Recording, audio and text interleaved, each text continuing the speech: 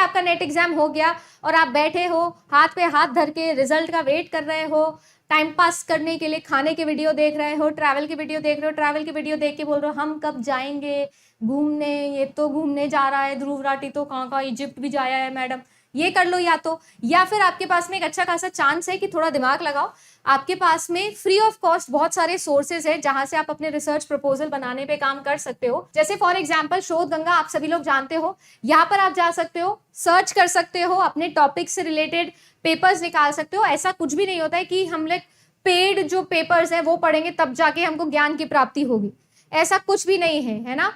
आपको ज्ञान की प्राप्ति फ्री के रिसोर्सेज से भी हो सकती है, आपको बस पढ़ना अच्छे से आना चाहिए, ठीक है ना। आज के जमाने में तो बहुत सारे ऐसे होते हैं जो बिब्लियोग्राफी आप लोगों को प्रोवाइड कर देते हैं, सॉफ्टवेयर प्लैगरिज्म आपको प्रोवाइड करके बता देते हैं कि इसमें कितना % प्लैगरिज्म है। मतलब कुल मिला के अगर आप चाहो तो everything is in your palm. आपके फोन में अगर खाने का वीडियो चल सकता है तो मतलब का वीडियो भी चल सकता है। दिन के आधे घंटे भी अगर आपने ये काम करा तो आप लोग अपने प्रपोजल पे अभी से काम कर सकते हो। आप सभी लोगों का डिस्कोर्स बनाओ, ये मैंने आप लोगों को एक साल पहले मैंने ये कोशिश करी थी कि बच्चों का एक डिस्कोर्स मिल जाएगा। एक और होता है अपना गूगल स्कॉलर, है ना, ये तो है ही सबसे घिसा पिटा बेचारा, एकदम बहुत ज्यादा यूज किया है। गूगल स्कॉलर डायरेक्टली सर्च करो, यहाँ पे डायरेक्टली टॉपिक सर्च करो और यहाँ पर जो है अकॉर्डिंग टू द साइटेशन पढ़ना शुरू करो। इम्पैक्ट फैक्टर जिसका सबसे ज्यादा वो पेपर उठाना है।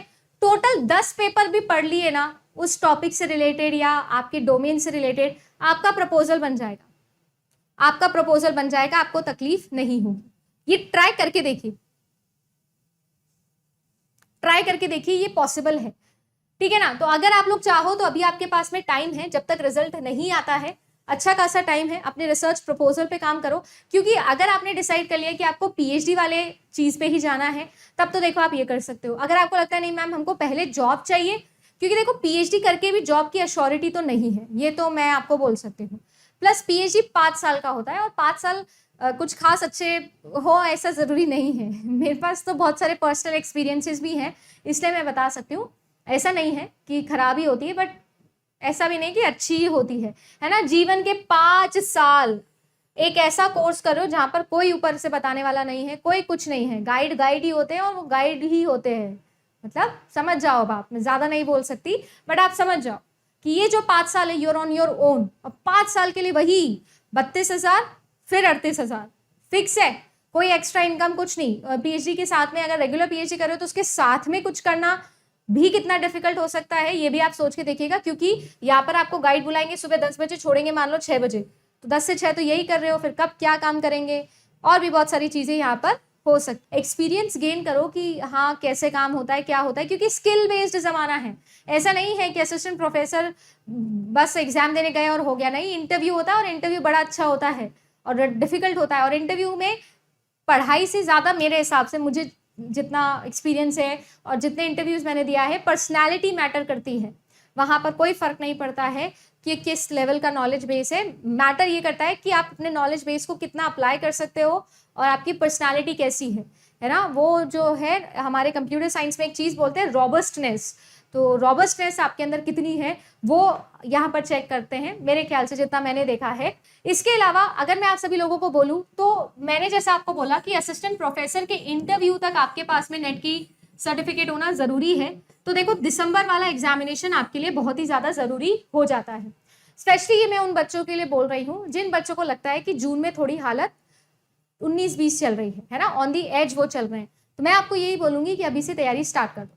क्या बिना नेट के भी आप लोग पीएचडी में जा सकते हो? तो बिल्कुल जा सकते हो, ऐसा कोई दिक्कत वाली बात नहीं है। आप डायरेक्टली भी पीएचडी कर सकते हो, इवन बिना जेआरएफ के भी आप डायरेक्टली पीएचडी कर सकते हो, ऐसा कुछ नहीं। स्टाइपेंड थोड़ा कम मिलेगा पर आप जा सकते हो, ठीक है ना। फिर आप लोगों को वो पेपर क्लियर करके जाना होगा, है ना, रिसर्च का पेपर क्लियर करके जाना होगा।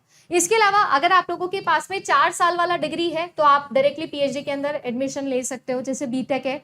इसके अलावा अब एमफिल तो डिसकंटिन्यू हो गया है, तो आप सभी लोग जो है वो अगर टेक्निकल फील्ड से बिलोंग करते हो तो आप एमटेक कर सकते हो, जिसको डिसर्टेशन बोलते हैं। फिर इसके बाद में आप पीएचडी कर सकते हो, तो ऑप्शंस वहां पर भी आपके लिए है। मेरा बस ये कहने का मतलब है अपने दिमाग को हमेशा रिदम में रखो, किसी ना किसी एग्जाम की तैयारी करते रहना चाहिए। अपने आप को रिस्ट्रिक्ट नहीं करना चाहिए, रोकना नहीं चाहिए। इवन आप जॉब में हो, जैसे मैं आज जॉब पे हूँ, बट स्टिल भी कुछ भी होता है, कोई भी होता है, मन करता है तो कोई भी फॉर्म उठा के भर देती हूँ, कुछ भी देने चल जाती हूँ। जरूरी नहीं कि मैं हर एग्जाम में पास हूँ, ऐसा जरूरी नहीं, मुझे सब नहीं आता है, फेल भी होती हूँ, कोई दिक्कत नहीं है, बट मजा आता है ना। आप रिदम में हमेशा अपने आप को रखो, हमेशा टच में रहो, और एजुकेशन फील्ड का तो फायदा ही यही है। हम सब लोग शायद एजुकेशन से इसीलिए रिलेटेड है, एक्टिव रहते हैं, हमेशा कुछ ना कुछ पता होता है, कुछ ना कुछ नया सीख रहे होते हैं, तो उस इंटेंट के साथ जाओगे तो अच्छा चांस बन जाएगा, ठीक है। साथ ही साथ दिसंबर के लिए मैं बोलूंगी, अगर आप सभी लोग जेन्युइनली प्रोफेसर बनने का सपना देखते हो, या आप लोगों को लगता है कि इस पूरे फील्ड के अंदर ऐसा नहीं कि सिर्फ नोबेल कॉज ही है, ये बहुत बड़ा मिथ है कि एजुकेशन इंडस्ट्री में पैसा नहीं है। एजुकेशन इंडस्ट्री में बहुत पैसा है, मैं आईटी से हूँ और फिर भी अगर मैं ये बोल रही हूँ तो कुछ सोच समझ के ही बोल रही हूँ। बहुत पैसा है एजुकेशन इंडस्ट्री के अंदर, प्लस आप एक्टिव रहते हो, कुछ नया सीखते हो, कुछ अच्छा कर सकते हो, कंट्रीब्यूट कर सकते हो, एक अच्छी सोसाइटी के अंदर कंट्रीब्यूट कर सकते हो, तो सभी चीजें आपको मिलती है। तो इसीलिए मैं कह रही हूँ, अगर तैयारी करना चाहते हो होल हार्टेडली, तो देखो फिर इनटू इट आ जाओ। अगर नहीं करना है, ऊपर ऊपर से चल रहा है, किसी और एग्जाम के साथ में तैयारी कर रहे हो, तो फिर वही एग्जाम की तैयारी करो, नेट मत करो, क्योंकि नेट जो है वो अलग ही रास्ते पे आपको लेके जाएगा। ये मैं पहले भी बोल चुकी हूँ, आज भी बोल रही हूँ, नेट आपको अलग रास्ते पे लेके जाता है, आपको भीड़ से अलग करता है। तो या तो आप भीड़ का हिस्सा बनो या भीड़ से अलग बनो, है ना। बीच में जाके भी साइड में आप पंचायत कर रहे हो, वो थोड़ा गड़बड़ मामला हो सकता है। स्पेशली वो बच्चे जिन्होंने जून का exam for the first time दिया था और उनको लग रहा है 19-20 वाला केस है, मैं आपको ये बोलूंगी, अपने लाइफ के 6 महीने और दो, है ना, एकदम ऑस्ट्रिच बन जाओ, एकदम डीप डिग इन कर लो और दिसंबर की तैयारी करो एकदम ताबड़तोड़, ठीक है ना। मैं आपको ये भी बोलूंगी, बहुत सारे बच्चों को ऐसा लगता है कि यार पेड कोर्स लेके क्या ही फायदा हो जाएगा। बिल्कुल, मैं तो खुद फ्री ऑफ कॉस्ट आपको बहुत कुछ पढ़ाती हूँ, मैं ये नहीं बोलूंगी कि जाके कल मेरा पेड कोर्स ले लो, बिल्कुल भी नहीं बोलूंगी। आपको जब मर्जी हो, जो करना है वो करो, पर मैं आपको ये बोलती हूँ, जब आप एक पेड कोर्स लेते हो ना, तो आपके पास में एक रिस्पॉन्सिबिलिटी होती है, एक ऐसी रिस्पॉन्सिबिलिटी की कोई सामने वाला है जो कंसिस्टेंटली काम कर रहा है, तो आपका भी मन करता है कंसिस्टेंटली काम करने का। जब पेड कोर्स के अंदर 4 बच्चों को देखते हो कि क्वेश्चन उनका निकल गया है और आपका नहीं निकला है, तब असली पता चलता है कि यार कंपटीशन क्या है। तो मेरे हिसाब से अगर आपने नहीं भी लिया है, और मेरा ही नहीं, कहीं भी सोच रहे हो और सोच रहे हो कि यार क्यों 4,000, 5,000, 10,000, 15,000 लगाऊं, मैं आपको कहूंगी एक बार लगा के देखो, क्योंकि ये इन्वेस्टमेंट जो है ये आपकी लाइफ के लिए होगा। क्योंकि सिर्फ पेपर वन ही नहीं, आपको आपके सब्जेक्ट पे बहुत अच्छा कमांड होना चाहिए, तब जाके ही हम लोग वो प्रोफेसर वाली अरीना में पहुंच सकते हैं। स्पेशली जिस हिसाब का पेपर आ रहा है, ये बात आपकी साफ है, ठीक है गाइस। सब स्टूडेंट को मैं बताना चाहती हूँ कि आप सभी लोगों के लिए दिसंबर बैच के साथ में, अगर आप जेआरएफ अड्डा से पढ़ के निकालते हो तो आपको जेआरएफ अड्डा में भी जॉब ऑफर होगी। दूसरी इंपॉर्टेंट चीज ये है कि आप सभी स्टूडेंट्स के लिए जब भी कहीं भी assistant professor, associate professor, teaching associate, research associate, और इसके अलावा आप लोगों की जितनी भी इंटरनल वैकेंसीज निकलती है, तो कब जॉब के लिए अप्लाई करना है, कहाँ करना है, कैसे करना है, वो सारा स्कीम इस बार इस बैच के अंदर हम लोग लेके आएंगे। तो आप सभी लोगों के लिए ये वाला बैच मैं दोबारा से अनाउंस करती हूँ, with this of course job की गारंटी।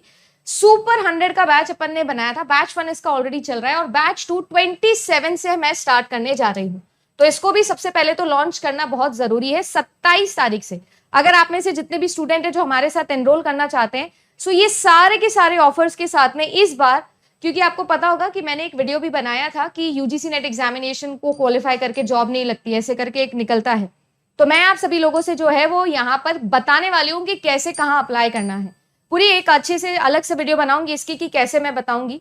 बाकी वीकली आपका जो स्टडी प्लानर है वो आपको मिलता है कि आपको कब क्या रिवाइज करना है। पूरा दिसंबर का कोर्स सब कुछ, जिसमें नेट, सेट, पीएचडी एंट्रेंस और आपके इंटरव्यू सारे कवर हो जाएंगे। ये सपोर्ट नंबर, हेल्पलाइन नंबर है जिस पर आप कॉल कर सकते हो। एंड जैसा मैं हमेशा कहती हूँ, 500 प्लस सिलेक्शन अपने पिछली बार थे, 1000 प्लस इस बार अपन को देने हैं। तो क्या आप अगले हो, ये आपको डिसाइड करना है। तो जेआरएफ अड्डा का न्यू बैच हम स्टार्ट करने जा रहे हैं।